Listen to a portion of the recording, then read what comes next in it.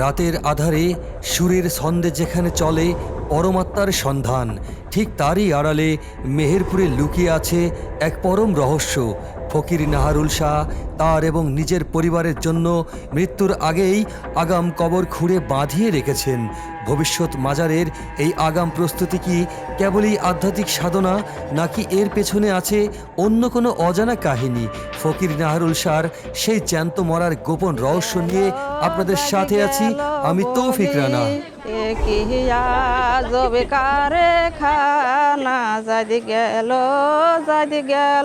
বলি সত্য কাজ কেউ নাই রাজি, সত্য কাজ কেউ নাই রাজি, সবই দেখি তা না না না, যাদি গেল বলি কি আজব কারখানা, যাদি গেল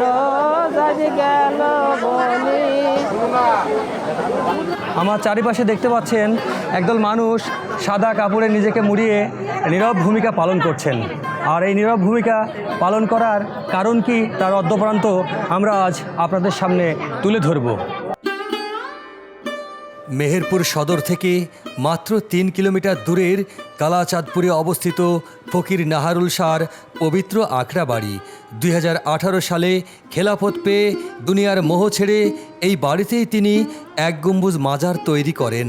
সবচেয়ে অবাক করা বিষয়, জীবিত থাকতেই ফকিরি রীতি মেনে নিজের ও পরিবারের জন্য 4টি কবর তিনি আগাম খুঁড়ে ও বাঁধিয়ে রেখেছেন, যা ওনার মৃত্যুর পরেই মাজারটি পূর্ণতা পাবে। প্রতি বছর 18ই আষাঢ় এখানে সাধুসঙ্গের আয়োজন হয় এবং ভক্তদের নিয়ে আজকের এই 22তম সাধুসঙ্গে প্রায় 500 লোকের সমাগম হয়েছে।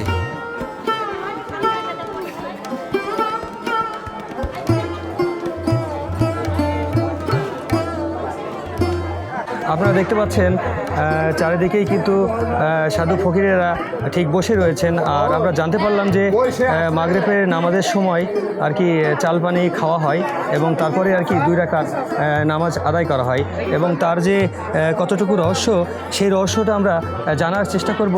আমরা পেয়ে গেছি একজন সাধককে, ওনার মুখ থেকেই আমরা শুনব। সন্ধ্যেবেলায় চাল জল করলে বা ধূপ আগরবাতি পোড়ালে ওটা প্রভুর আমরা স্মরণ করতে পারি।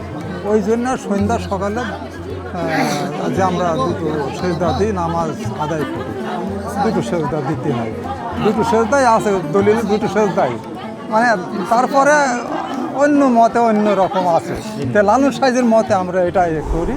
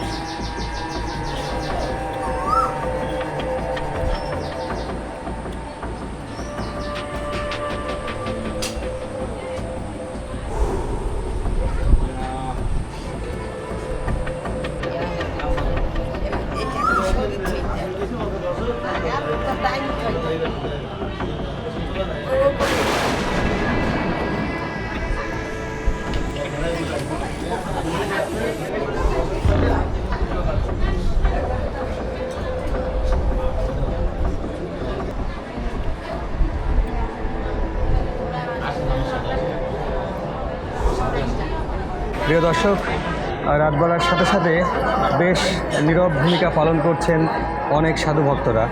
তবে আমরা জানি না তারা কোন নিয়মে কখন বা কী সাধনা করছেন, সে বিষয়টি আমরা যত রাত হবে হয়তো বা জানতে পারবো।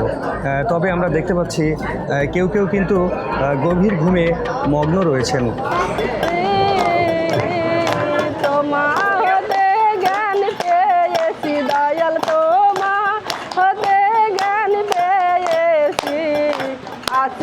শান্ত নাই তোমার হায়াল বন্ধু আর পাবো না আমি তোমার মতন হায়াল বন্ধু আর পাবো না তুমি দিলে এই রূপ শাসন কে করবে মোর দিলের করো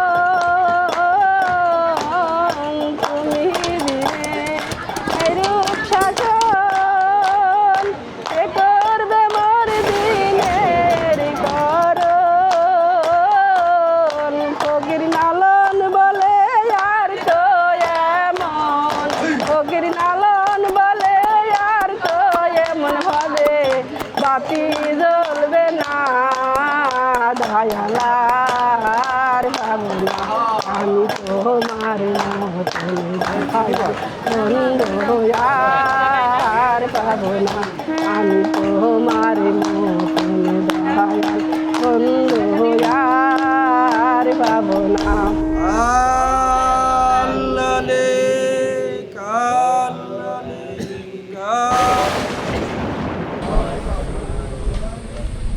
সাধুগুরু আপনারা সকলের সেবা দেন, সাধুগুরু আপনারা সকলের সেবা দেন। তবে আমরা যেটি দেখলাম যে এখানে কিন্তু একটি বিশাল চেইন অফ কমান্ড রয়েছে, মানে সেনাবাহিনীর চাইতেও কড়া। এখানে বেশ কিছু নিয়ম রয়েছে। আমরা দেখতে পেয়েছি আপনার নাহারুল শাহর অনুমতি পাওয়ার পর থেকেই কিন্তু মুড়ি খাওয়া শুরু হয়েছে। বিরাজ করে সবাই বলে প্রাণ পাখি শুনেছি উপে। দেখতে পাচ্ছেন এখানে বড় বড় ডেক রাখা আছে এবং ওখানে বাবুর্চিরা রান্না করছেন। এটা ঠিক মধ্যরাতে আর কি সেবা হবে। সাধুগুরুরা এবং ভক্ত যারা রয়েছেন তারা এখানে আর কি সেবা গ্রহণ করবেন। এক কথায় মধ্যরাতেও ওনারা খাবেন আর কি। আর খাওয়ার বিষয়ে যা যা থাকে একেবারেই কিন্তু সবজি, ডাল এই ধরনেরই আর কি খাবার এখানে বেশি হয় আমরা দেখতে পেয়েছি। আনাইকে বিরাজ করে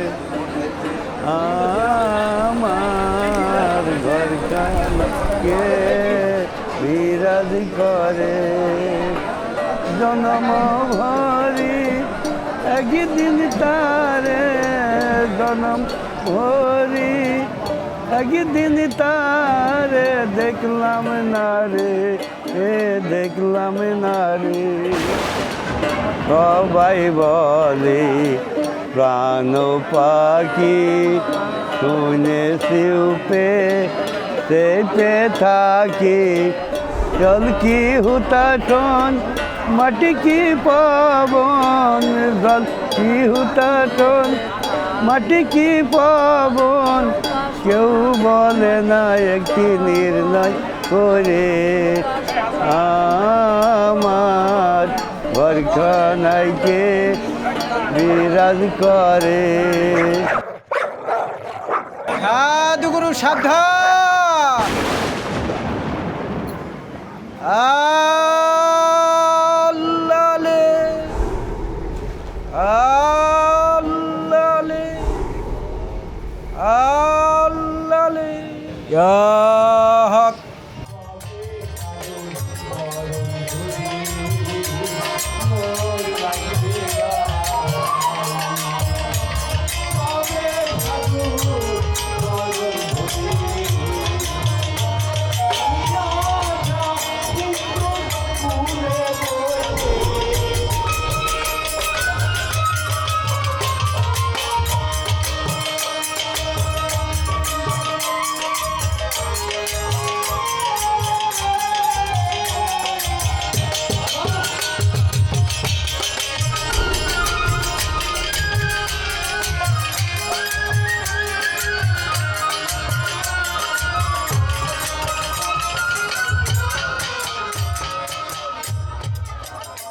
ফকির নাহারুল শাহর এই কঠোর শৃঙ্খলা ও পবিত্র সাধুসঙ্গের পরিবেশ আমাদের দেশের আগামী দিনের নেতৃত্ব অর্থাৎ যুব সমাজকে মাদকের অন্ধকার থেকে দূরে সরে একটি সুশৃঙ্খল ও সুন্দর জীবন গড়ার অনুপ্রেরণা যোগায় এবং সারা রাত ঢোল খোলের তালে লালন সাইজির মরমী গান আর সাধুদের পরম সাধনার মধ্য দিয়েই কখন যে ফকির বাড়ির আকাশে ভোরের আলো ফুটে ওঠে তা টের পাওয়া ভার।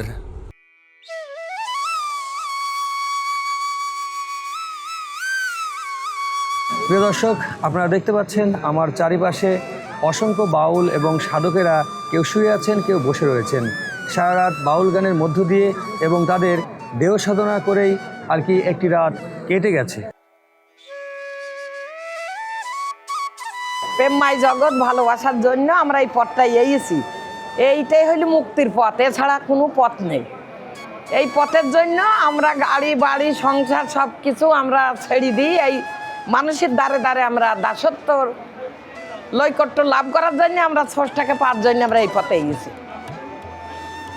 মানে সংসার করে নিই, ছেলে নিইনি, পিলি নিইনি, আমরা মানে এই সাধুগুরুর পাঠতলায় আমরা মানুষ হব বলি এই জন্য আমরা এই পথে এগিয়েছি। আর আমার জীবনে 55 বছরে ফকিরের পাঠতলায় পড়ি আছে আমি হাজিদের মেয়ে। তা তো দেখিয়েছি, তারা কি আর ভালো চোখে দেখিয়েছে? কত মায়ের খেয়েছি, গাল খেয়েছি, কত বকিছি, ঝকিছি, কত অত্যাচার করেছে, করেও এই পথকে টিকি ধরে রেখেছে। এখনো নিজের পরিবার সঙ্গে সেও চলে গেছে আজ 7 মাস, তবু সেই জায়গায় দাঁড়িয়ে আছি। জীবন যৌবন আমাকে অপার্জন করতে হবে।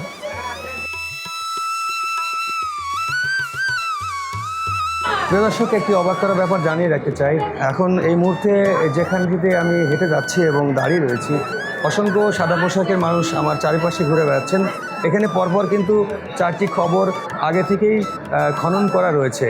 আমরা লোকমুখে জানতে পারি নাহারুল শাহ আর কি যেদিন থেকে খেলাফত পেয়েছেন এবং তারপর থেকেই আর কি উনি পরপর 4টি কবর খুঁড়ে রেখেছেন আর কি তার পরিবার, এবং তিনি এখানে মরলেই সমাধিস্থ করবেন তার অসংখ্য ভক্তবৃন্দরা এবং এখানেই তার মাজার গড়ে উঠবে।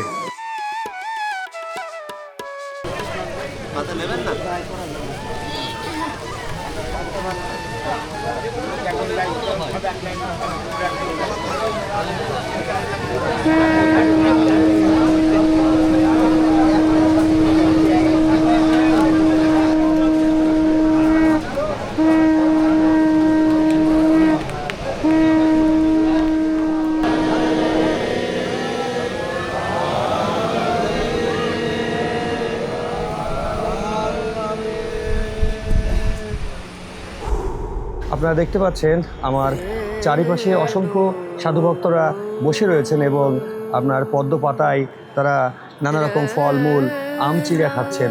এটাকে বলা হয় ফকির বাড়ির অমৃত ভোজন।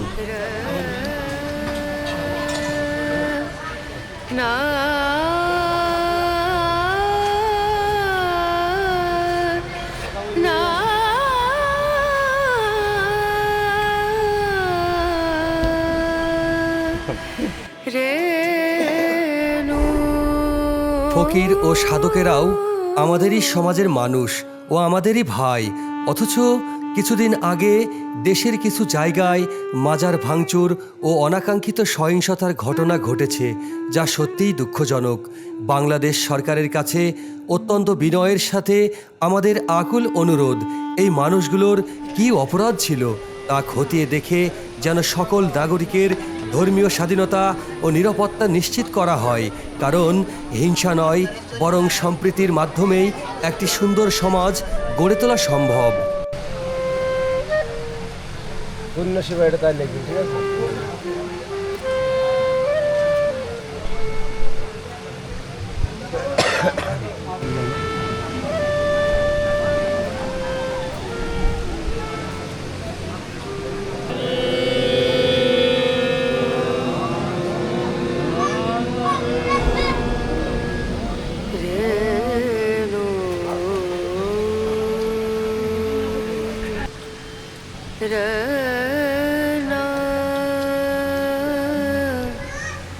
Re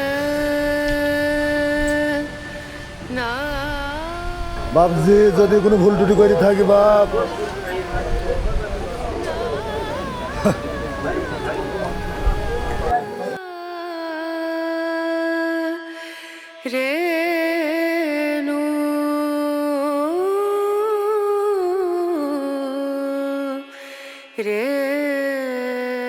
আপনারা দেখতে পাচ্ছেন যে এখানে অসংখ্য সাধু ভক্তরা দুপুরের খাবার খাচ্ছেন এবং এই পূর্ণ সেবা বলা হয় এটিকে। এই পূর্ণ সেবার মধ্য দিয়েই আজকের এই সাধুসঙ্গ শেষ হবে আমরা জানতে পেরেছি। তবে একটি বিষয় আপনাদেরকে জানিয়ে রাখতে চাই, এখানের প্রত্যেকটি সাধু ভক্তরা খাওয়ার পরেই কিন্তু উঠে যাবেন না কেউ। ফকির নাহারুল শাহ এই অনুষ্ঠান সাধুসঙ্গের সমাপ্তি ঘোষণা করবেন এবং হুকুম দেবেন, তারপরেই কিন্তু প্রত্যেকজন উঠবেন। তো প্রিয় দর্শক, আজ আর বেশি বাড়াতে চাচ্ছি না। এটি যদি ভালো লেগে থাকে তাহলে আমাদের চ্যানেলটি সাবস্ক্রাইব করে সঙ্গে থাকবার জন্য বিনীত অনুরোধ রইল। আবারও দেখা হবে, কথা হবে নতুন কোনো ঠিকানায়। সে পর্যন্ত ভালো থাকবেন, সুস্থ থাকবেন। আল্লাহ হাফেজ।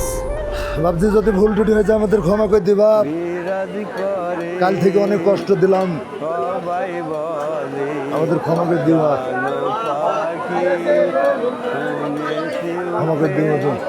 দেখতে থাকি পাগল ভুল টুটি হলে ক্ষমা করে দিই গো।